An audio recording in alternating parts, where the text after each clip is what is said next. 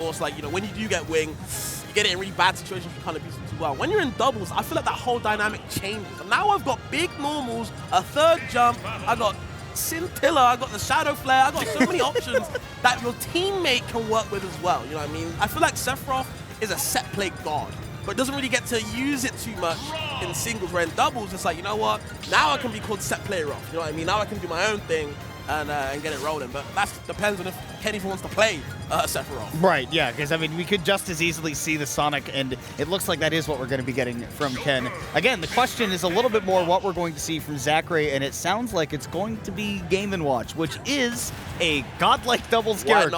Why not, that one's man? pretty good. Why not? And I feel like, you know, Joker Rob now from Leo, opting straight away, no double Rob. I want to go straight into for this, but Sonic, I think, is not exactly a slept-on doubles character. This doesn't get talked about much. He is so non-committal in doubles. Oh my gosh, I mean, yeah, I mean, you're talking about a character that's just going to control the ground game at any time. Yep. It might be a little bit difficult to avoid some friendly fire every now and then, but that friendly fire is almost never going to be lethal in any case, right? As long as the Sonic player is paying attention to his hit confirms. Okay, in the zackray game, it's not even a surprise to me. It's more so like a damn, he's bringing it out right now. Like, you know, maybe he used it in other games, but either way, we're going to see how it rolls. Opting for the white ult, not the cyan color we see all the damn time. Well, you know, it's the other dishonest color. Oh, yeah, it's the other dishonest one, yeah. That's the original one. That was the Gimmer plays that expressly because he can't see the iframes. Like, does he have bucket? I don't know. I have no idea. Which, honestly, with a Rob on the other team in doubles, that work out. Like, with the chaos, you're never going to tell, to be honest.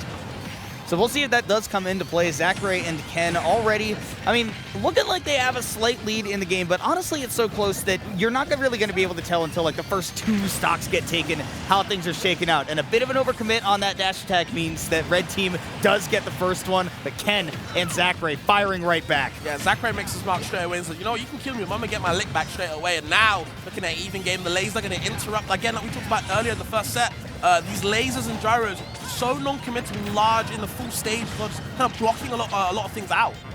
Okay, up throw from zackray.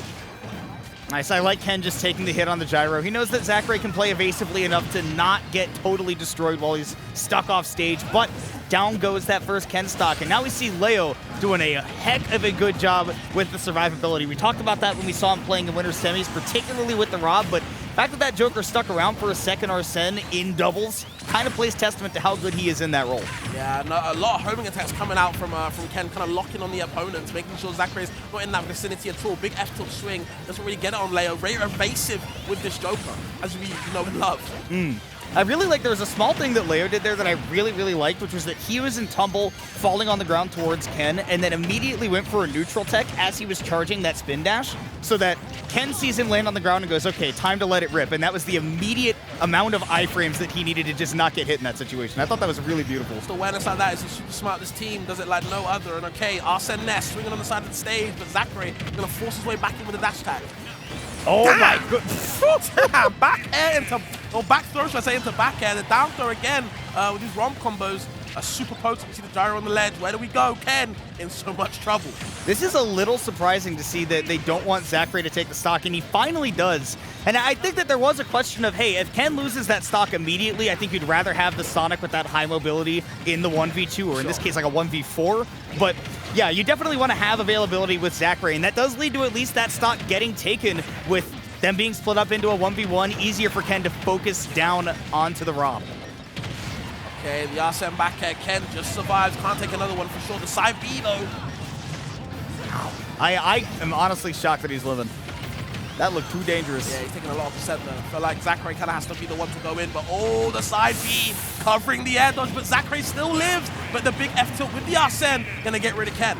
Really excellent low recovery, is able to take that Leo stock, so it's still a 1v2 for zackray to have to try to overcome. Game & Watch not the worst character for the situation, but again, you feel like you'd rather have Ken in that spot. Yep. Okay, footstool maybe trying to set up for some kind of frame trap or something. Let Big Boss come in while Leo's just shooting down those guns, but either way, zackray able to escape with his life and just barely. A little bit of a down throw, but you're not going to get any follow-ups because that Joker is a bit too mobile, and he is right there to pick up on the down throw. Excellent stuff from Team Monster Kingdom. Yeah, they just look super solid. Just able to kind of like, you know, get the down throws, get the kills like that. I was talking about that earlier before. When Big Boss, or when both the teams are able to kind of find their way in, find the windows where they can get the grab and rob down throws, it's just easy stocks for Leo. It's like, you know what, cool. Good job, man. Let me just get the F-smash ready, get you out of here. Wondering if zackray is going to switch, but nope, I'm hearing the game watch yet again. It's not the problem with the characters. The problem with me, says zackray. Going to work a different way out. We saw a couple of like kind of early stocks get taken, so I can imagine that zackray might say, hey, I can just make a couple of adjustments.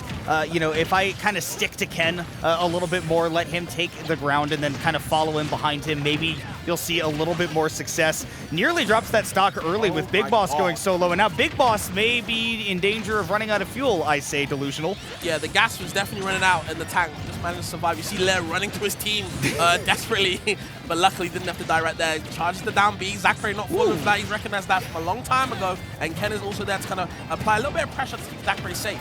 That's the really beautiful stuff there from zackray, like you said, like recognizing, okay, like, I know I'm going to try to nair off ledge, and Leo's just trying to catch that, you know, sort of brainless, get back into the action kind of thing. But again, zackray, like you said, so aware, able to turn that into an immediate empty land grab.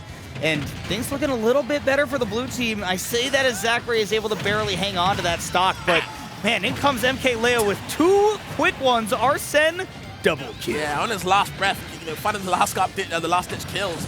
Super smart from Leo, you know, good meter management right there. And okay, now able to kind of evade zackray on the ledge. Doesn't want to deal with any of that. Gonna go fight Ken. Okay, lingering nair does set up for a small combo for Ken, who immediately just runs right past Leo, ignores him, ignores the 1v1 happening next to him, and says, I'm going to get more damage on that Rob, I think, actually. And things like that are just so smart to recognize, hey, man, I don't want to fight Leo. Let me get rid of Big Boss. I'm going to leave that to zackray, right? You know, Joker may have a tough time kind of landing on a character like Game & Watch. Now, does get that down throw into back air, so a little bit of free damage for the red team. And Leo, yeah, just going to let Big Boss come off that Angel platform and down tilt Ken all the way up to 49%. That we got scoops. Platforms are a bit brutal. Up tilt into Arsene forward there. Really good team combos from them both. Not exactly the biggest damage, gets the footstool, no down guns available, but still Ken trying to work something out. Joker, Leo living forever. So too is zackray. Evidently, not even that up air is going to be able to take out that paper-thin Game & Watch stock. Is Leo there with the save, does get that Rebel's Guard going at 157. I don't know if it's going to be relevant, and I love that from Ken. Just pummel until the grab breaks away, because you know that otherwise Leo's going to take that stock immediately. Let's get the up smash, charge it for a bit too long maybe, but now you're just filling up Arsene's gauge. Honestly, barely available as well. A decent shot that Leo might actually get another Arsene on the stock, and there he is, ready to take control of some of this game. But meanwhile, Big Boss down onto his final stock, it seems. But Leo still picking things up. Make that a triple kill. Make that not quite an overkill, but man, he is about to get his care package, and now he can call it in. Bro, this Joker is working. The Arsene's out. It seems to be like all the damn time. Knowing when to press the Rebel's gauge, knowing when to kind of use Arsene. And we talk about it, the meter management has been phenomenal this game. zackray trying to land with that down air, does do so successfully, tough to punish, and they finally are rid of that first Joker stock. But again, we talked about it, Leo in that role, holding on to them so Big Boss can just go and take control of the stage with all those big Rob hitboxes. It's working phenomenal. Yeah, the game has been working out really well for this team, and it feels like zackray and Ken just can't find an answer right now, getting interrupted with the nair from the up air from Leo, and now you're getting juggled from the up airs from Big Boss. This team does such a good job of covering where you want to be and where you want to go.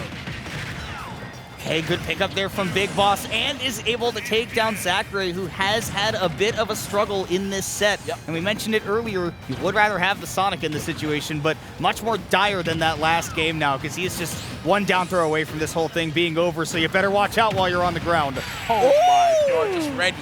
The conversions are insane from these two. They're just understanding where they want to be, where they want to put their opponent, and they just understand each other. That's what happens when you team with each other for... How long have they known each other? I don't know, man. It's a long time. Since the beginning? You remember when MkLeo was like 14 or 15? Yep, and we were like, this kid could take over Smash 4. This is crazy. And then he did. And we were I'll never forget, because all of EU was clowning Mr. R for like, how the hell did you lose to that little kid Meta Knight? That's right. That and was like no, he's broken. And we're like, yeah, okay. And then out of nowhere, he starts farming everyone. And now he's like the most legendary modern Smash player. you know, at least in terms of like the modern game. It's crazy how far he's come, and now, you know, the living legend is here and has forced Ken on to Dr. Mario.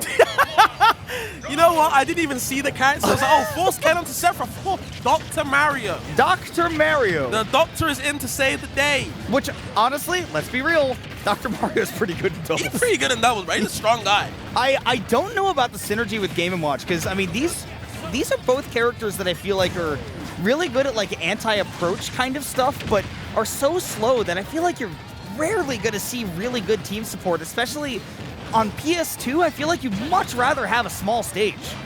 I just want to know what the conversation was like. Oh, man, you're going to go Sephiroth? You're going to try that? No, I'm going to try my Dr. Mario. No, he says, no, trust. No, like, for real, Zach, I got no, this. just check this one out. Please. I got something cooking. This is the classic moment where everybody in the community swears they either have a Captain Falcon in the pocket or a Dr. Mario. Today, it's the Dr. Mario. I mean, Ken's stock kind of Dr. Pepper, okay? His stock kind of Dr. Phil, never mind. Okay, never mind. Either way, the Dr. Mario and the Game Watch doing some combos, trying to get something started. But Leo and Big Boss said, nah, bro, put that Doctor away. And immediately putting him to bed. Munch on that apple. Okay.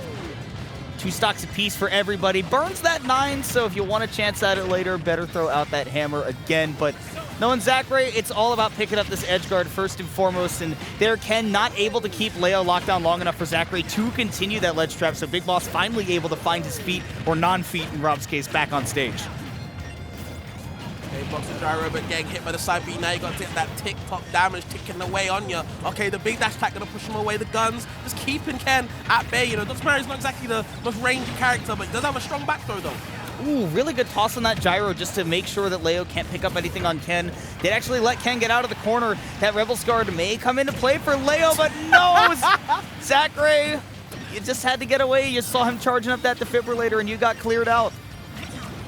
Okay, gonna get back to Legend now. The Joker pushing them both further away. You can see Big Boss happily charge that gyro, getting the triple scoop maybe. Nope, Ken surviving just that little bit more.